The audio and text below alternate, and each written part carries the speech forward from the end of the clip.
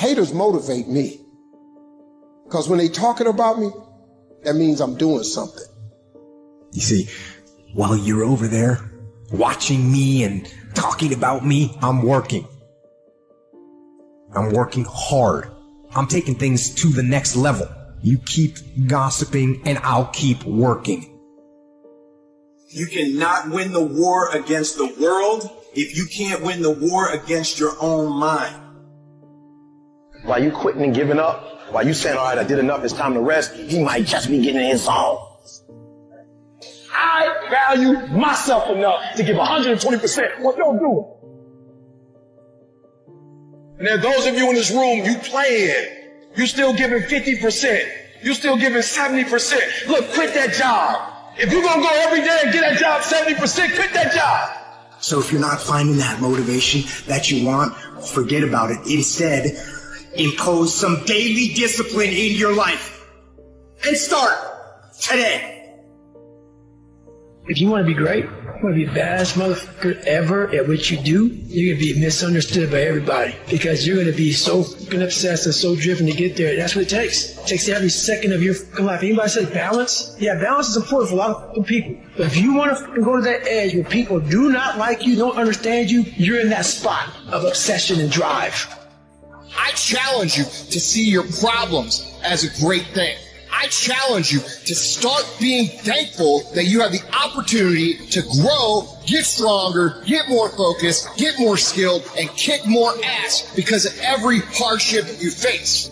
One of the things I've been talking to my audiences about is the relationship between responsibility and meaning, which is, what would you say? It's a constant refrain in the book. It's one of its underlying messages, let's say, or themes is a better way of thinking about it. If you start with the presumption that there's a baseline of suffering in life and that can be exaggerated as a consequence of human failing, as a consequence of malevolence and betrayal and self-betrayal and deceit and all those things that we do to each other and ourselves that we know that aren't good, that amplifies the suffering. That's sort of the baseline against which you have to work. And it's contemplation of that often that makes people hopeless and depressed and anxious and overwhelmed and all of that, and they have the reasons. But you need something to put up against that. And what you put up against that is meaning. Meaning is actually the instinct that helps you guide yourself through that catastrophe. And most of that meaning is to be found in the adoption of responsibility.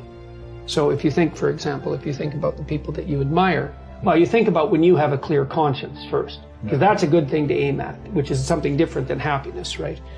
A clear conscience is different than happiness. Yeah, it's better. Yeah. That's you're not better. Like guilting yourself. You're not feeling bad about yourself. That's right. You feel that you've justified your existence, right? And so you're not waking up at 3 a.m. in a cold sweat thinking about all the terrible things that you've involved yourself in. What you said to someone that you shouldn't have said, or how you acted, or lied, what or opportunity you lost, or the things that you've let go that you should have capitalized on, and all of that. And so if you think about the times when you're at peace with yourself with regards to how you're conducting yourself in the world, it's almost always conditions under which you've adopted responsibility, right? At least the most guilt I think that you can experience perhaps is the sure knowledge that you're not even taking care of yourself, so that you're leaving that responsibility to other people, because that's pretty pathetic. And unless you're psychopathic and you're living a parasitical life, and that characterizes a very small minority of people, and an even smaller minority think that's justifiable. But most of the time you're in guilt and shame because not only are you not taking care of yourself, let's say, so someone else has to, but you're not living up to your full potential. And so there's an existential weight that goes along with that. What I want to talk to you about today is a note which I call daily.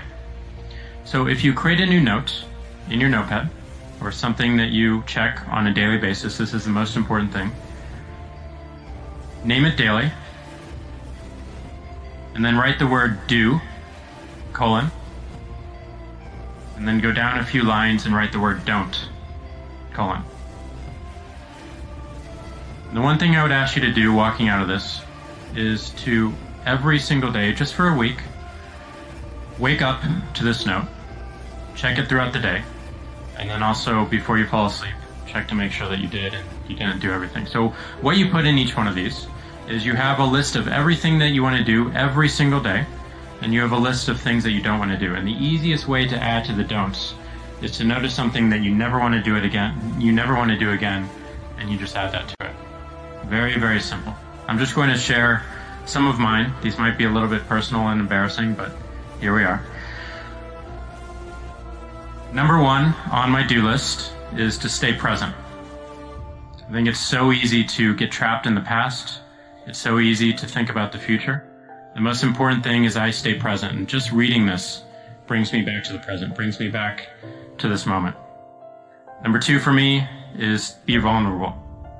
Show people my mistakes, show people my fears, because they can relate, because they're going through similar things. Number three, drink only lemon water and red wine.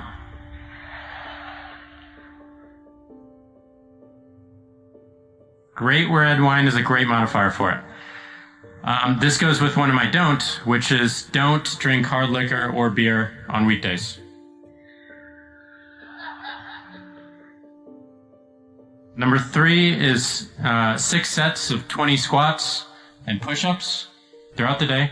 I just have to do them every day. 6 sets of 30-second planks. Run for 3 miles. Meditate on this list. Stand up straight, which whenever I say, I always see posture moving in the audience. Say hello to everyone. I just bought a heavy bag, so I'm training with a heavy bag, so I want to spend 10 minutes with a heavy bag every day. I want to do a video journal every single day, and I want to get 7 hours of sleep. On my don't list, and again, this is one of the hardest things, and a lot of these are personal, so I'm not going to read all of them. But on my don't list is don't avoid eye contact. Don't be late. Don't set expectations for someone and not meet them. Don't eat sugar. I'm on the paleo diet, so don't eat wheat, lentils, or dairy. And then, of course, don't drink hard liquor or beer on the weekdays. So this list, while it sounds very, very simple, has been fundamental in establishing patterns for myself. And it's something that I do check every single morning. I check throughout the day, and I check right before I go to bed. And I make sure that I check everything off and go through it. And I've given it to our companies. I've given it to a number of students that I've talked to as we've gone to schools and recruiting. And people have come back to me and said that this is something that works for me. It's something.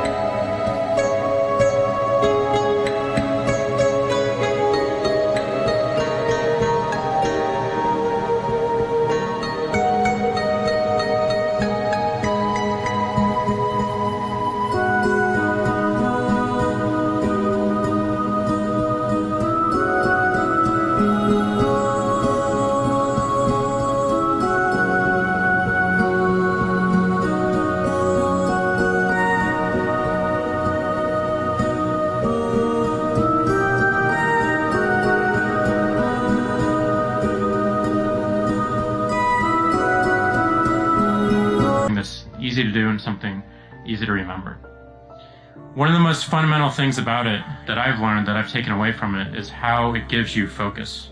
How it gives you something that allows you to really ignore everything else that's going on, all the other noise, to allow you to focus on what's most important. So this do and don't list for people and individuals in the company has translated to a do and don't list for our company. For Square, we have a do and don't list. We have, these are the things that we're going to do, these are the core things, these are our bold bets, and these are the things we're saying no to for right now. That has been fundamental in allowing us to move fast, to continue to innovate, and to really push the boundaries and continue to invent and question and reset everything that we think about the organization. What do you do when you tried and failed and you want to quit and you want to give up? People that are hungry are willing to do the things today others won't do in order to have the things tomorrow others won't have. You have to make sure that your dreams, your aspirations and goals are so big that not accomplishing them is not an option. I don't know what that dream is that you have. I don't care how disappointing it might have been as you've been working toward that dream. That dream that you're holding in your mind, that it's possible.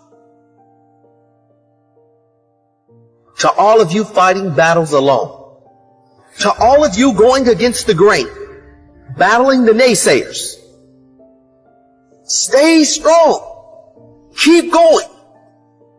Stay strong. Keep going.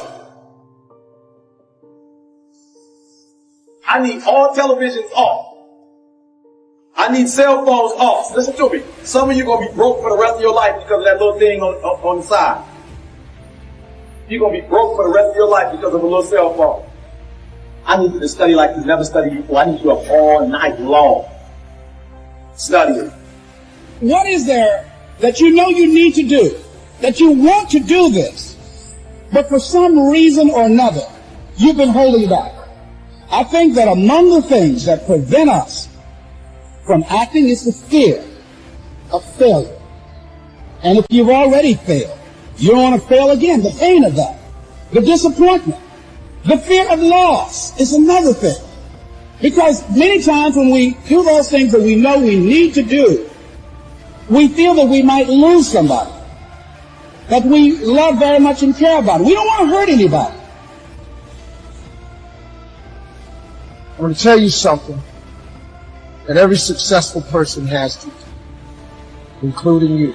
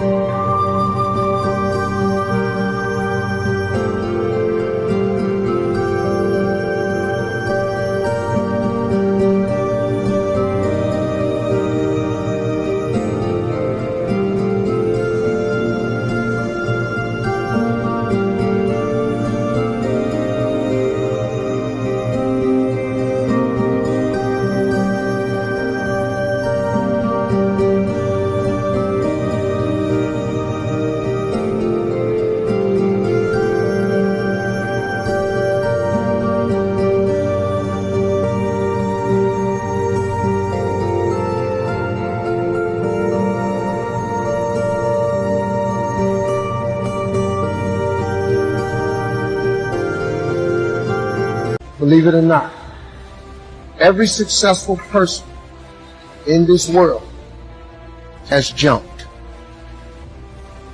As Carl von Clausewitz said, pursue one great, decisive aim with force and determination. When people tell you can never get done, you stop dreaming and you go back to knowledge. Find that thing that makes you come alive. Focus on it. Everything around you, the opportunities, the fact that you're alive. And we've all had experiences where we were working on something and we knew it was possible. And we did those things that were necessary to bring it into reality.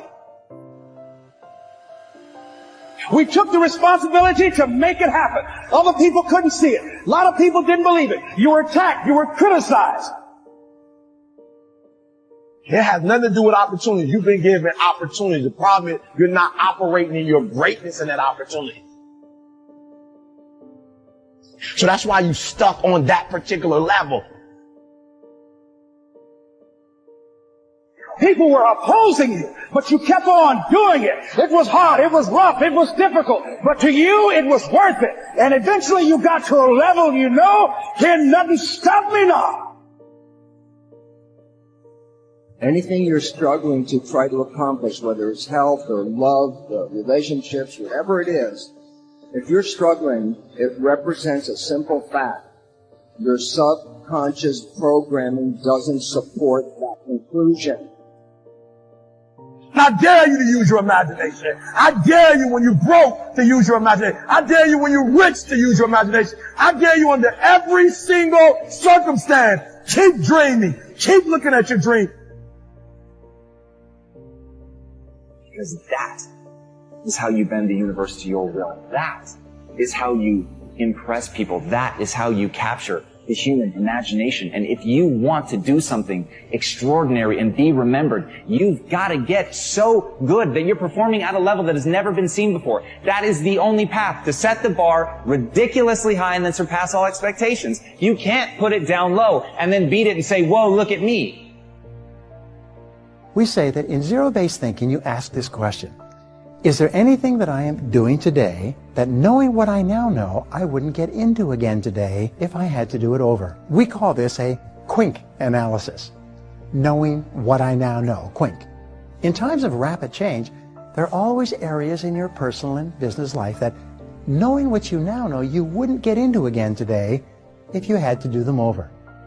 Your willingness to ask and honestly answer this question is the key to remaining flexible and quick on your feet in times of turbulence. How can you tell if you have a zero-based thinking situation in your life or business? Simple. Stress. Whenever you experience ongoing chronic stress about any person or situation, you should ask yourself, if I was not now in this situation, knowing what I now know, would I get into it again today? This is a great question. Now here's another question for you. What percentage of the time do you think that you will turn out to be wrong? Well, the answer, according to the American Management Association, is about 70%. 70% of your decisions will turn out to be wrong in the fullness of time. It's amazing how many people will stay in a bad situation or continue with a bad course of action because of their unwillingness or inability to admit that they made a mistake or that they were wrong in the past. But remember this, when you made the decision, it was probably a good decision based on the situation at that time, but now the situation has changed. Now you have to evaluate your situation based on the current reality. If you want more freedom in your life, you have to have more discipline. If you don't have any discipline, you'll end up with absolutely no freedom. You'll end up being a slave to other people that boss you around. There's all kinds of problems that can occur if you don't have discipline in your life. And the more discipline you have, the more freedom you're going to have.